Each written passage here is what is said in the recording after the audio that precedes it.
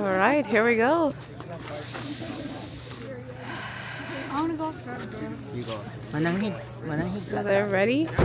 Okay, everybody, so we'll just have you come around here and we'll hop on the wagon. No, don't hop. Gently, Okay. Pauna ako, di habi kay Kuya, be. Pwede kay Kuya. Char.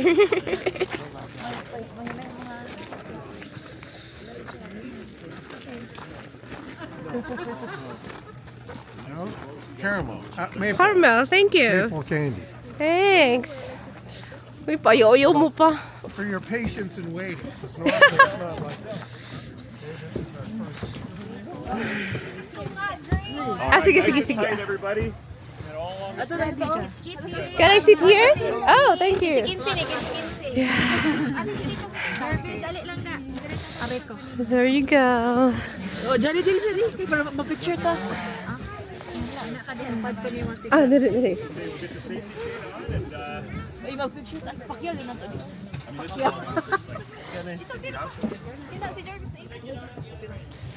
We're ready. More room in here? Okay, we're ready, guys. Here we go. Mami, asas kuya Buckle up.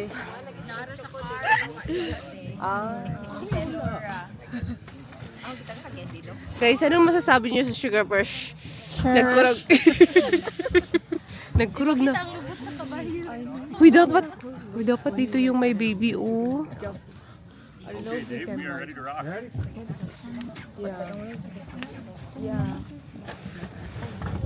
All right, everybody. Welcome to the Kinsmen Fanshawe Sugar Bush. Thank you for your patience. We are ready to rock here. So the Kinsmen, we're a national service organization, kind of like the Lions or the Rotary. Only difference is we're the only all-Canadian Sugar Bush. So every dollar you spend here today is going to go right back in your community. We've operated that pancake house since 1972. Wow. This land before, it's owned by the Upper Thames Conservation Authority. Before that, it was owned by a farmer. It is an active sugar bush. All the maple syrup you had on your pancakes today came from these trees, okay? So it's likely been an active sugar bush probably for almost 100 years. So, what we're going to learn about today is maple syrup. And it's a very simple product. It's a uniquely Canadian product as well. All we're doing is we're taking the sap of a maple tree and removing water. So we are going to go, we're going to learn how people have done it throughout the years. Dave likes to call this a wagon. I like to call it a time machine. So we're going to go back. Time machine.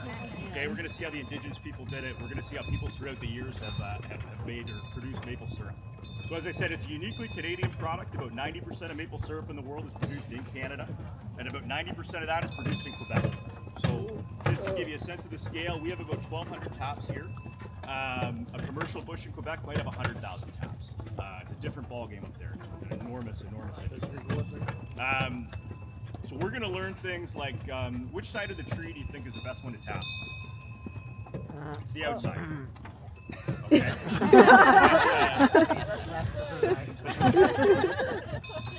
So that's the only maple syrup joke, unfortunately. I tried to look some up actually. They're all too sappy, okay? So as I say, we're gonna go back in time. We're actually gonna see, it's kind of interesting. I don't know if you guys are from the city or not. We're gonna get to see the Thames River north of the dam, so it's actually pretty big. We get a kind of a glimpse at it. What I need you as well, all the kids here, you gotta listen up, very important. Make sure your parents don't go down by the river, okay? That's very important. And children are always so well behaved, we just have adults like to see the water. So that structure there was actually built by the farmer. That's our sugar shack. That's where our turn's gonna end up. That was built by the farmer who owned this property before Upper Thames took it over. So we're actually on a floodplain right now. The water usually doesn't get up this high, but it certainly could. Sorry. Oh, yeah. What's that blue? Look at that. The bomb. Pull up here. Just don't be alarmed, everybody. There is a bear over there. Oh. Oh. Tinuod na nga, bear? And if all goes to plan, it should. Is that real? No, it's not. Okay. Okay. We're safe, guys, okay? We actually have had people in the past report to Upper Thames bear sightings. See, 'cause that's the Fanshawe Park's trail right there, the Fanshawe Trail. So people see it from a distance. Thank God.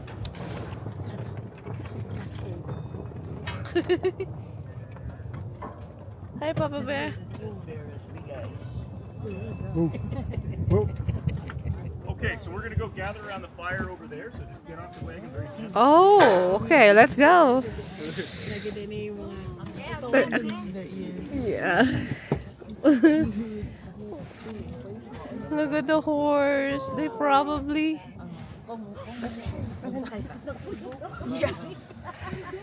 One is actually bigger than the other.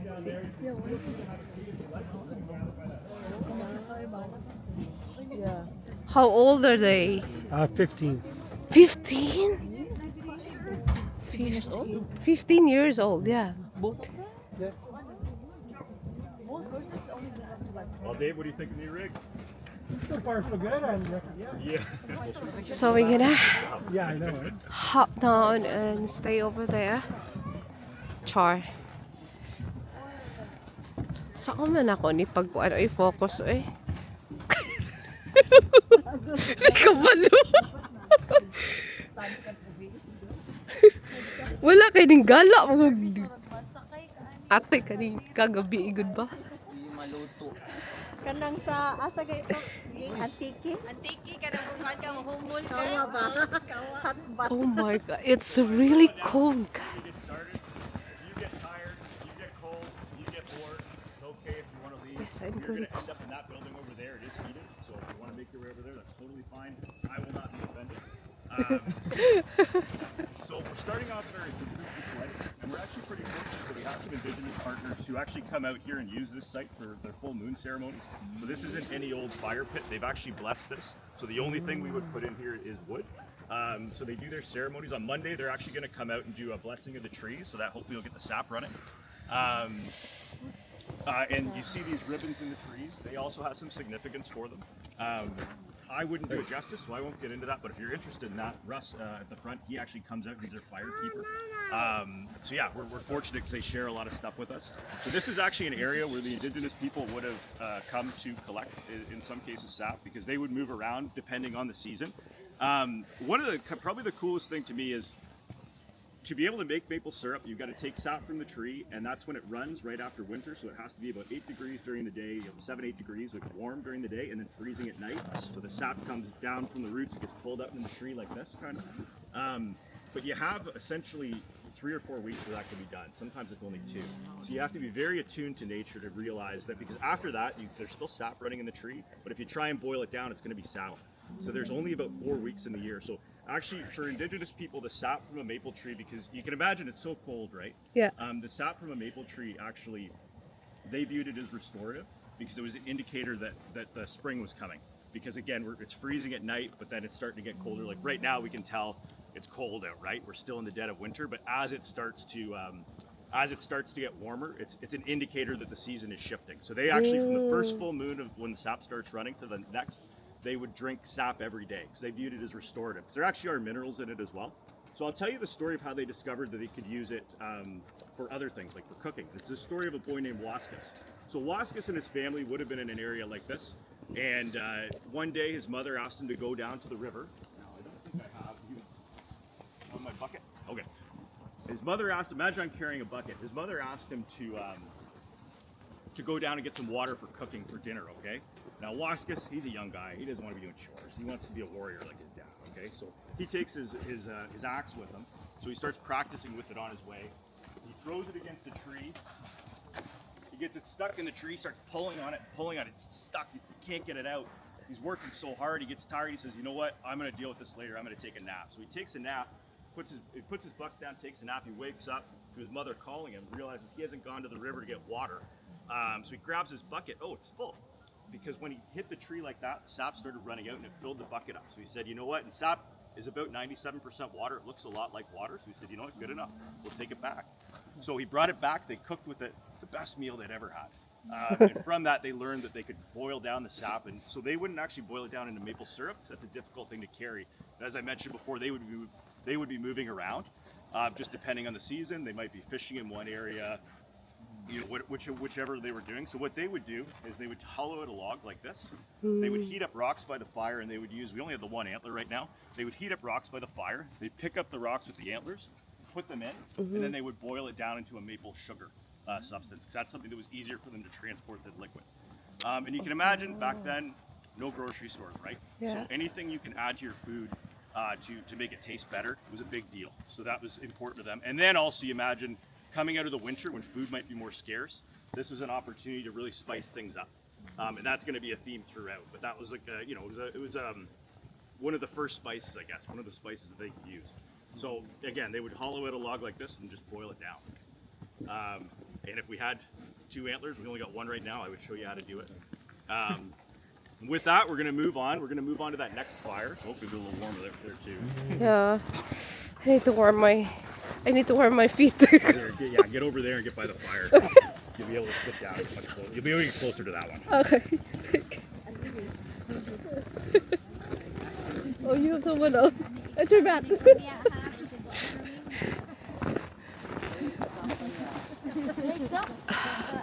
Uy, it's so nice.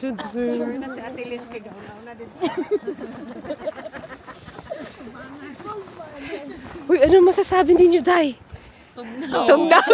Wala mo inasabtan. Kailangan panoorin nyo tong video. Quite cold. Just if you get up here, it'll be a little warmer. Unfortunately, it's quite small. Oh. Okay. So now we move on.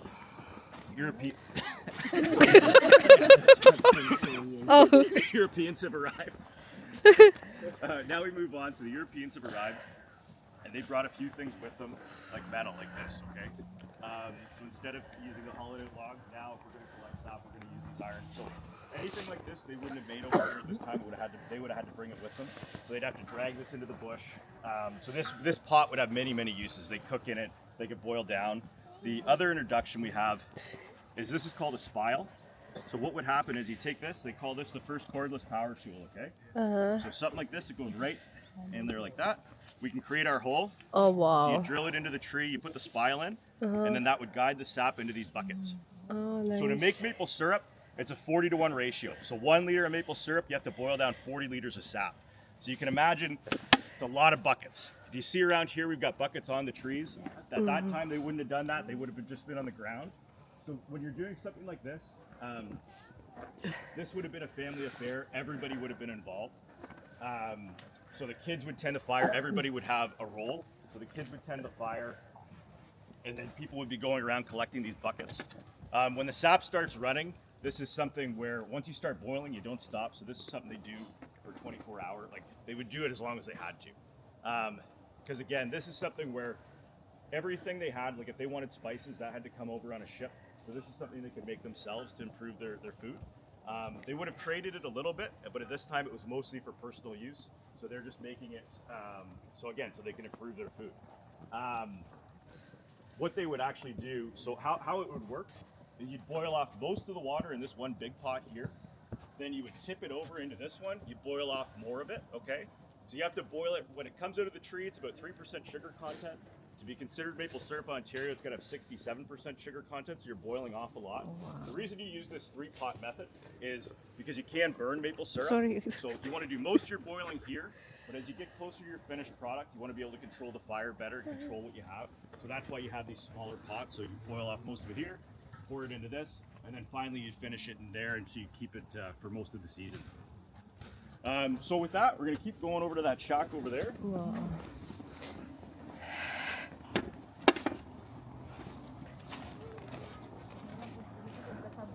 Wow, that was amazing history, guys.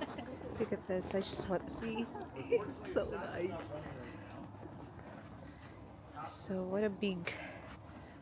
What's inside here? Nothing. Okay. Oh, wait. Fill this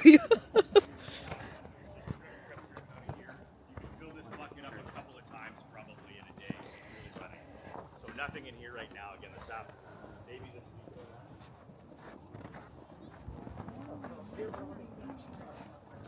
Akong igsuon nga tigbilyag.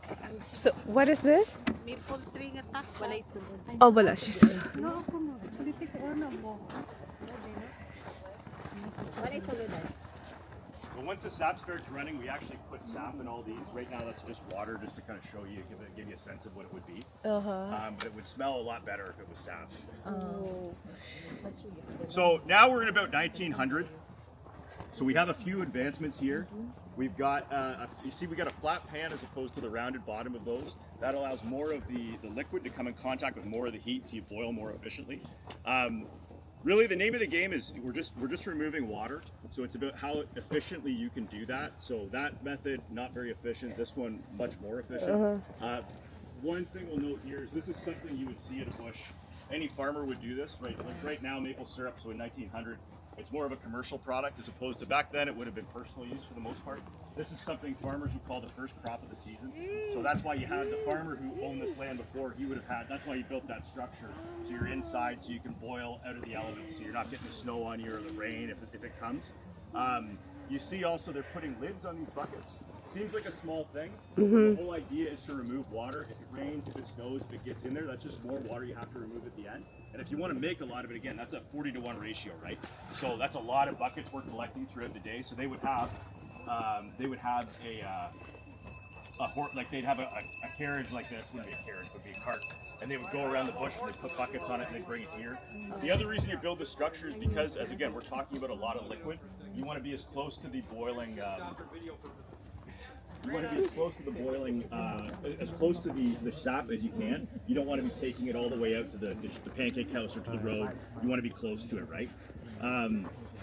So that's why we have, and again, this is interesting. We actually have made maple syrup in here before, or tried to. We left it in overnight, and it was actually a nice meal for the raccoons and the squirrels. But this is what you would see. How old is that? Well, this actually wouldn't be that old. Probably, like, this is something we would have had probably 30 years. 30 40 years. something like that. All right, so we'll keep going here, and we're just going to go around that building over there. Now you could probably feel yourself moving back into the present day. We can look around. We see the buckets. Now we can see all these lines. Tugnaw na? Pwede tugnaw?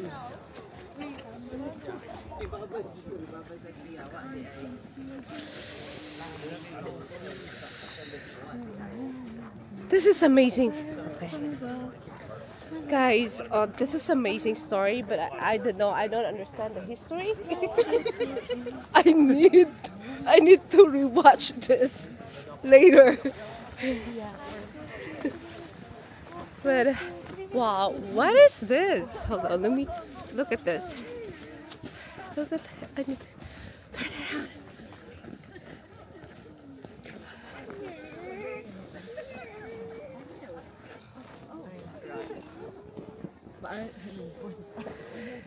Oh, okay. Okay, so now we are officially back in the present day. We're done time traveling. So now we're going to learn about this actual active bush. So this is something you might see at a commercial bush in Ontario and Quebec. This is called a sap ladder. So back then we would have seen all the buckets, so you have to go around collecting it. Now we have these lines that go right to the tree. So you tap the tree and just connect it in there.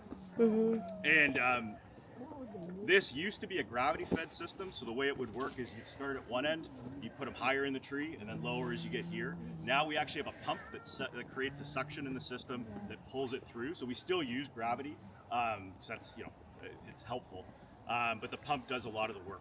So we don't have any sap running right now, but the idea is the sap is collected from these trees.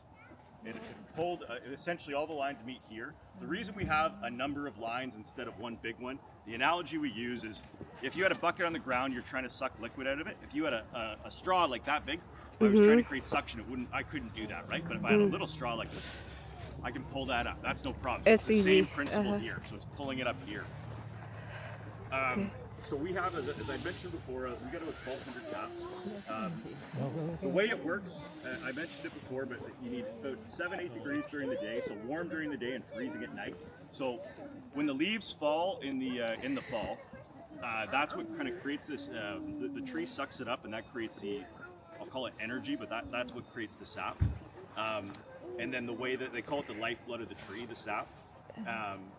And then when it's warm, the sap gets sucked up, into up here, and then when it's cold, it gets sucked in. That's what creates the movement, and that's why the sap starts coming out. Once the trees start to bud, that's when the season is over. That means the sap will still come out, but it becomes cloudy. You can't make maple syrup with it. Again, that's what makes it so impressive to me to even figure out that you could do anything with it. So again, there's 3 weeks of the year where you can boil that down and make something. So all of our lines end up here. Well, except for the ones over there, they end up there. They end up here, and we're going to follow it across to this bigger tree. So when this was started? It's going to start, well, hopefully this week. It's supposed to get, it's supposed to be warm this week, so we may see it on Monday or Tuesday. Like 2 years ago, the season was done in early February, like before we'd even open. So we're going to go right over here to this, well, it was a big tree, now it's not.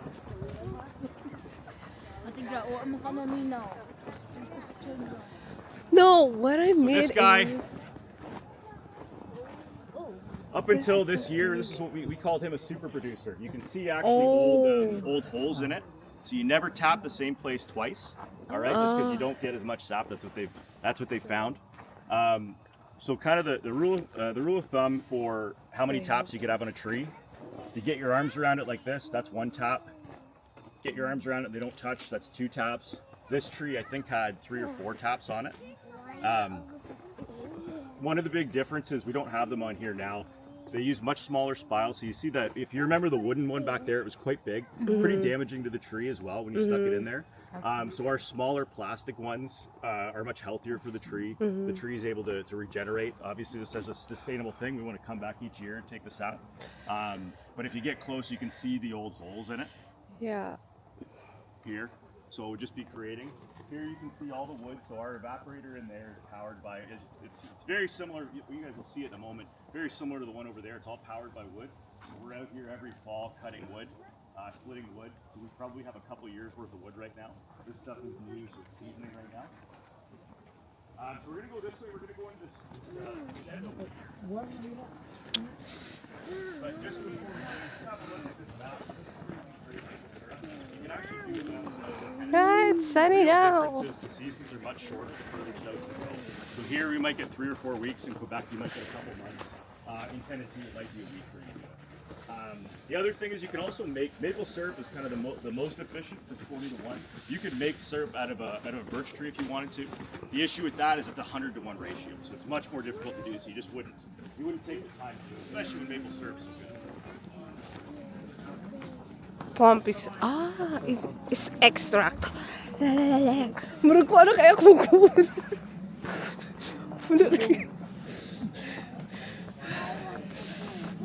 Sulod na mo kay warm dito. Ay, dara. Oh my gosh. So it only gets warmer from here. Oh. Yeah. Just pack it in here, everybody. Oh my gosh, that's so...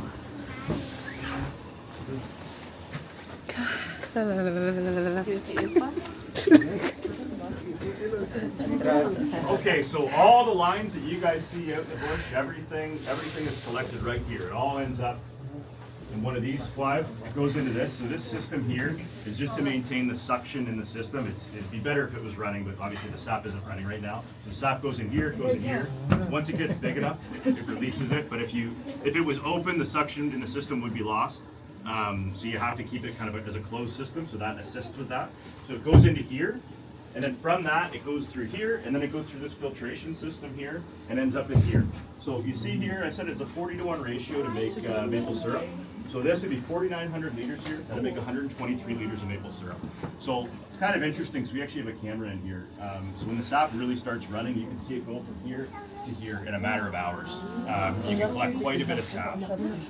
So it all goes into here, as I say, all through that filtration system. And then we pull it over, and we're going to go over. Now we're going to go into the sugar shack. You're going the right way.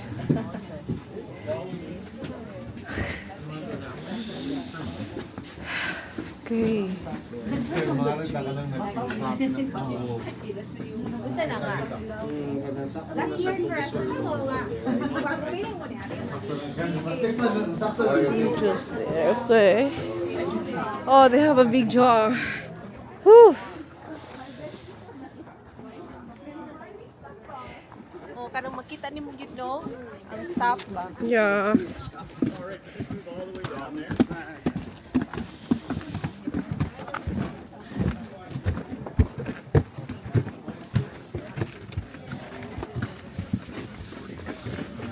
Oh.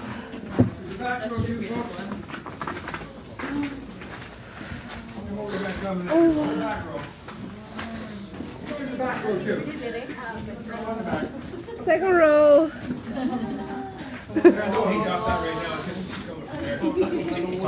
Oh, I can feel the hot now. The warm, it's warm here. All right, guys, I'm going to hand you off to Larry now. Thank you so much. Have a wonderful rest of your day, guys. Thank you. Thank you. Thanks, Have a guys. good day. Thank you, Kuya. Okay, Mother Nature is not being very kind to us right now because there's no sap running. Uh-huh. Last year at this time, we started tapping the trees in January 28th last year. The Oh. year before that was February the 5th. This may feel bad to you guys because there's nothing running, Yeah. but this will be a very good season because there's lots of snow on the ground and it's starting later. So we'll probably still have sap coming in the middle of April. Normally it's like once school break is done, that's usually we're usually done by then. But it's going to be a longer season this year for us. So basically what happens is the sap comes from that extractor over there, it goes pumped up, and there's 3 great big stainless tanks on top of this roof. And it's all done by gravity. So the sap comes down that hose right there, goes into here. There's a float, nothing in it. That just regulates how deep it is in here. And usually about that much, okay? Oh. And then, just like a maze, it goes down here, down there, out there, and there's another float on the other side. And it allows it to come in here. These are what we call finishing pans. They're only about that deep in there. The firebox is right here. So this is the hottest part. So Oh. we're evaporating the water out of here. Uh-huh. And when it really gets going, these things open up. I should have. The steam doesn't stay in here. The steam goes up there. Oh. I just, here, I'll leave that there. Upper side there. Oh, It goes there wow. and goes out the roof. Okay? I'm saving the heat. When this thing really goes, then I can evaporate about 30 liters of water a minute. A minute. That's how much water is in the sap. Very hot, yeah. I'll get to that in a second. Once it goes through there, it comes in here. It's all done by temperature. And this is a temperature probe right here. That's that fancy traffic light up there. That's all about for. When this gets to a certain temperature, we found out that at a certain temperature that it, hang on here, my mind's going here, 102.9 degrees Celsius. That's when it turns into maple syrup. And then this opens up, and there's a valve, and it comes out, and it goes to a nice sticky bucket. Oh. Once it comes out there, it's not there yet, there's a filter. And we put it through a filter, and then goes this bottle here. But once this thing's open, I can't stop it. It's got the temperature got dropped, but this valve is closed. We pour it in. Right? Finish. That's the final product. Yeah, that's the final product, comes out of there.